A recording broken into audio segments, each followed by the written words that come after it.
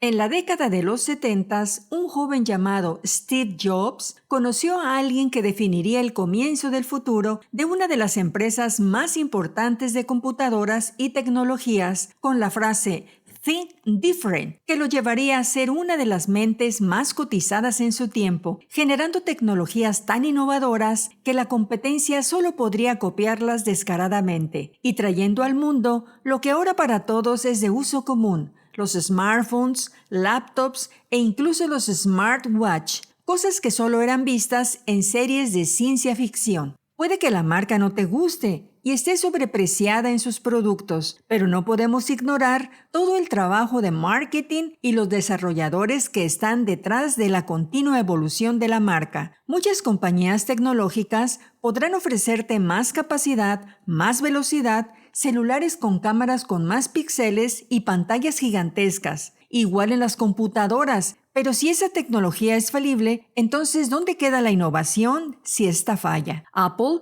se encarga de probar cada producto hasta que logra pulirlo para después dar el siguiente paso. Hoy recorreremos el camino en compañía de estas grandes mentes que lo dieron todo por la marca. Y como en toda historia, comenzaremos por el principio. 1976-1980, fundación e incorporación.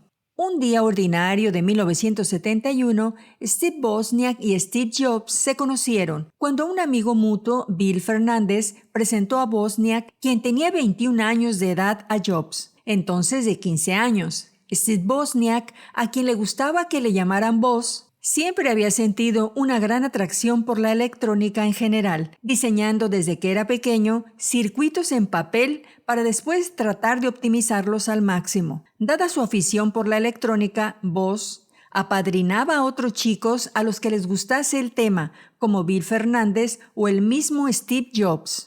Pronto Wozniak empezó a dedicar cada vez más y más tiempo a construir en papel su propia computadora. Tras intentos relativamente infructuosos en su oficina de trabajo en Hewlett Packard, HP, para los que no saben el nombre de la marca, sus jefes vieron el proyecto, pero no estaban interesados, aunque le autorizaron a continuarlo. Finalmente, sus esfuerzos dieron como resultado lo que sería la Apple I. Tras la presentación de su computadora en el club informático Homebrew Computer Club y asombrar a sus participantes, Jobs rápidamente vio la oportunidad de negocio, por lo que empezó a promover la computadora entre otros aficionados de la informática del Homebrew Computer Club y otras tiendas de electrónica digital. Al poco tiempo empezaron a recibir pequeños encargos de computadoras que construían ellos mismos con máquinas hechas a mano, llegando a vender unos 200 ejemplares de su máquina Apple I. El 1 de abril de 1976 fue fundada Apple Computer a través de un contrato firmado por sus 3 accionistas, Steve Wozniak, Steve Jobs y Ron Wayne, este último antiguo compañero de trabajo de Jobs en la empresa Atari y con apenas el 10% de la nueva empresa. 12 días después de la fundación, Wayne vende sus acciones por $800 y pasado el tiempo, el contrato original que él firmó por $500. Dicho contrato luego se subastó el 13 de diciembre del 2011 en Nueva York, el cual tuvo como base un valor inicial de entre $100 y $150,000, pero que alcanzó finalmente un valor de venta de $1.59 millones. Se le unieron más amigos, pero las prestaciones del Apple I eran limitadas, así que empezaron a buscar financiación. Finalmente, Jobs conoció a Mike McCullough, que accedió a invertir $250,000. En total, se produjeron y se vendieron alrededor de 200 unidades a $666.66 por unidad, pero el éxito fue tal que no pudieron dar abasto a tanta demanda. Las características del Apple I eran limitadas por el poco dinero del que disponía Jobs y Wozniak. De hecho, para construir el prototipo, Jobs tuvo que vender su camioneta y Woz su calculadora programable HP. Después de esto le siguieron la Apple II, la Apple III y la Apple Lisa. Hasta aquí todo claro, ¿no? Ya sabemos quiénes son los iniciadores de la marca Apple: Steve Wozniak, Steve Jobs y Ron Wayne, y que empezó en 1971 con la primer computadora llamada la Apple I. Actualmente, en subastas, esta PC vale $500,000, pero fácilmente podría llegar a mucho más. Ahora continuemos a la primera demanda que tuvo la marca. En 1978, Apple Corp. Denuncia a Apple Inc. por infracción de marcas registradas. El juicio fue visto para sentencia en 1981 con el pago de $80,000 a Apple Corp. Como condición, Apple Computer aceptaba no inmiscuirse en el mercado musical. En 1989 se desarrollaría otra batalla legal, alegando Apple Corp. Que las máquinas creadas por Apple Computer podían reproducir archivos en formato MIDI, infringiendo los términos del anterior litigio. En 1991 se alcanzaría otro acuerdo previo pago de $26.5 millones. En septiembre del 2003, Apple Computer era nuevamente denunciada por Apple Corp., esta vez por crear la tienda musical iTunes y el iPod, que Apple Corp. Vio como una violación de los últimos acuerdos en los que Apple Inc. acordaba no distribuir música. El juicio comenzó el 29 de marzo del 2006 en el Reino Unido, siendo visto para sentencia el 8 de mayo del 2006, con Apple Corp. Perdiendo el caso. El 5 de febrero del 2007, Apple Inc. y Apple Corp. Anunciaron un acuerdo en su disputa por las marcas registradas, en la que Apple Inc. preservaba el derecho sobre todas las marcas relacionadas con Apple. El acuerdo cierra la batalla legal entre ambas compañías, en las que ambas partes pagaban sus respectivos costes legales y en la que Apple Inc. podría seguir usando el nombre y logotipo de iTunes. El acuerdo incluía acuerdos y términos confidenciales. Hoy día, Apple Inc. ha anunciado un acuerdo para poder distribuir la música de los Beatles en su tienda musical iTunes. Ser demandado por distribuir música de forma legal parece un chiste, pero sucedió. Incluso por crear algo tan revolucionario como el iPod, hoy día la marca de iTunes es una de las distribuidoras de música más importante de Estados Unidos, y esta misma compañía es dueña de la marca de audífonos Beats by Dr. Dre, historia que te contaré más adelante. Pero estas demandas no pararon en Apple, sino que la fortalecieron y crearon un modelo de computadora mucho más novedosa, que rompería los esquemas de lo que es un computador. 1981-1989, éxito con el Macintosh. Tras el fracaso del Apple III y el Apple Lisa, la compañía se volcó en el pequeño proyecto de Jeff Raskin primero y Steve Jobs después, el Macintosh. Tras numerosos retrasos y problemas, especialmente con el software, el cual no estuvo preparado hasta prácticamente el último momento, y tras la emisión de un destacado anuncio de televisión durante la celebración del Super Bowl de ese año, comercial dirigido por Ridley Scott, y considerado el mejor comercial de televisión de la década de los 80 por Advertising Age. La computadora fue presentada el 24 de enero de 1984.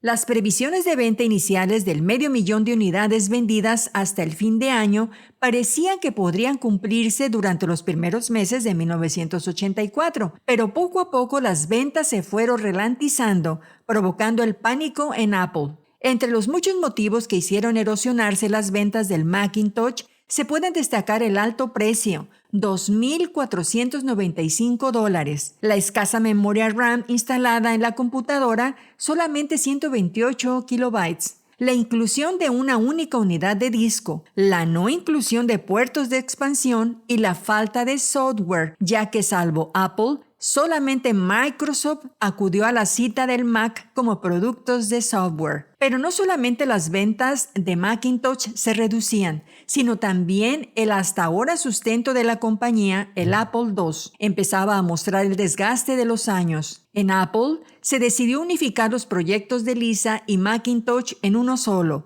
presentando la computadora Lisa como un Macintosh de gama alta, pese a tener un procesador más lento. Sin embargo, dicha unificación no hizo más que generar tensiones dentro de la propia empresa Apple, ya que por un lado el grupo encargado de Apple II se veía completamente desplazado pese a que era el único económicamente rentable. Y por el otro tanto, el grupo de desarrollo de Lisa, como el del Macintosh, tenían filosofías de trabajo muy distintas, así como condiciones salariales y especialmente sueldos, pues en algunas ocasiones se retenían los pagos a los empleados. La suerte del equipo cambió con la introducción de la primera impresora láser PostScript, la LaserWriter, que se ofrecía a un precio razonable y que junto con PageMaker y el propio Macintosh crearon el concepto de autoedición. El Mac fue particularmente fuerte en este mercado debido a sus capacidades gráficas avanzadas. Estas capacidades eran parte de su intuitiva interfaz gráfica del usuario. En 1985 se generó una lucha de poder entre Steve Jobs y el consejero delegado John Sculley, que había sido contratado por el propio Jobs 2 años antes. Jobs no estaba dispuesto a ser relegado a un puesto irrelevante en la compañía que fundó. Su oficina fue trasladada a un edificio casi desierto en el campus de Apple al que Jobs llamaba Siberia, y comenzó a conspirar con los ejecutivos de Apple para hacerse con el control. Sculley se enteró de que Jobs había estado tratando de organizar un golpe de Estado y convocó a una reunión de la Junta el 10 de abril de 1985, en la cual la Junta Directiva de Apple se puso unánimemente del lado de Sculley y Jobs fue retirado de sus funciones como gestor. Unas semanas después, Jobs abandonó Apple y fundó Next Inc. ese mismo año. Nunca te confíes de quien tú mismo le entregaste poder dentro de tu empresa, ya que este podría terminar sacándote de ahí. Con esto, Jobs no se quedaría dormido en sus laureles. Su ingenio y hambre de estar siempre en la innovación tecnológica daría paso a una empresa muy conocida por todos. ¿Quieres saber cuál es? Quédate que te sorprenderás. En medio de todo esto, con Jobs sacado del puesto de director de Apple y creando Next Inc., le llegó una propuesta de un pequeño estudio independiente que buscaba vender sus ideas y sus películas animadas a Disney, Pixar Animation Studio. ¿A qué te sorprendí? Steve fue el presidente cofundador junto con Lucasfilm y principal accionista de la empresa hasta que Disney la compró en el 2006. Disney compró Pixar por $7.4 millones en 2006. ¿Y qué pasó después con Jobs? Pues se convirtió en el mayor accionista individual de ambas empresas, Disney y Pixar. Por eso, por más que parezca difícil y las cosas se compliquen, este hombre te enseña que debes pelear y aprovechar las oportunidades. 2013 hasta nuestros días, adquisiciones y expansión. El 28 de mayo del 2014, Apple confirmó su intención de adquirir el Dr. Dre y la compañía de audio de Jimmy Iovine, Beats Electronics, productor de los Beats by Dr. Dre, línea de auriculares y productos altavoces, y el operador de servicio de streaming de música Beats Music por $3,000 millones. En lo que respecta a la oferta, Tim Cook declaró que la música es una parte tan importante de la vida de todos y tiene un lugar especial en nuestros corazones en Apple. Por eso hemos mantenido la inversión en la música y estamos reuniendo a estos equipos extraordinarios para entonces seguir para crear los productos y servicios de música más innovadores en el mundo, dijo. Como resultado de la adquisición, Apple planea ofrecer productos Beats a través de sus puntos de venta y distribuidores, pero la compañía no ha hecho ninguna indicación adicional sobre cómo integrarán Beats en línea de productos de Apple. Después de todo esto, Apple lanzaría lo que actualmente son sus productos insignia, la Mac,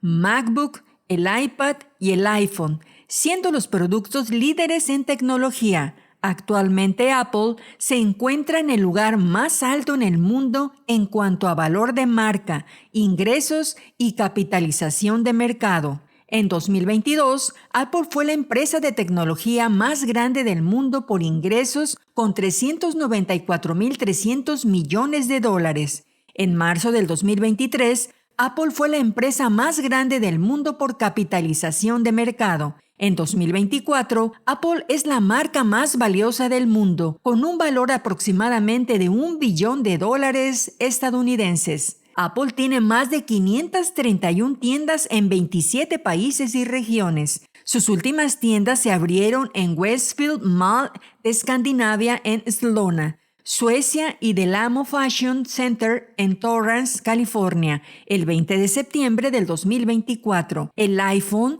es el producto estrella de Apple y representa más del 50% de la facturación de la compañía. Los iPads suponen menos del 6% de las ventas. Japón es el país con mayor porcentaje de usuarios de Apple, con un 70%. Le sigue Norteamérica, Estados Unidos y Canadá con un 56% y Suecia con un 54%. Con todo esto dicho, ¿no se te antoja un Apple? No olvides dejar tu like y suscribirte, que esto ayuda a que sigamos creciendo en esta plataforma y trayéndote contenido de calidad. Hasta la próxima historia.